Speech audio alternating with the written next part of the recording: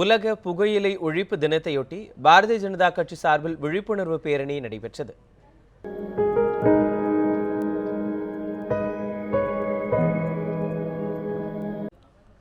சென்னை மெரினா கடற்கரையில் நடைபெற்ற பேரணியை கட்சியின் மாநில தலைவர் தமிழிசை சவுந்தரராஜன் தொடங்கி வைத்தார். இதில் இளைஞர்களை கெடுக்கும் சிகரெட், குட்கா உள்ளிட்ட புகையிலை பொருட்கள் விற்கும் கடைகள் முன்பு புகையிலை உட்கொண்டால் கேடு என்ற விழிப்புணர்வு வாசகம் இருப்பதாக தெரிவித்தார்.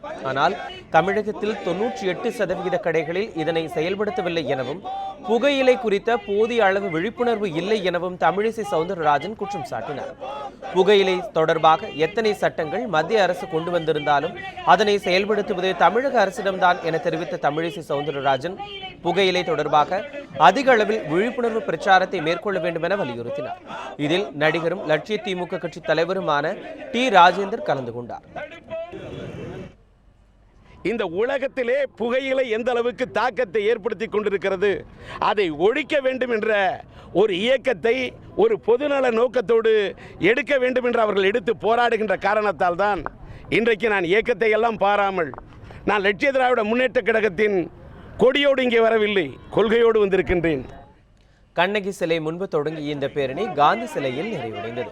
பேரணியில் கலந்து கொண்டவர்கள் புகையிலை குறித்த விழிப்புணர்வு வாசகங்களை கையில் ஏந்தி சென்றனர். புகையிலைக்கு எதிராக கோஷங்களையும் அவர்கள் எழுப்பினர்.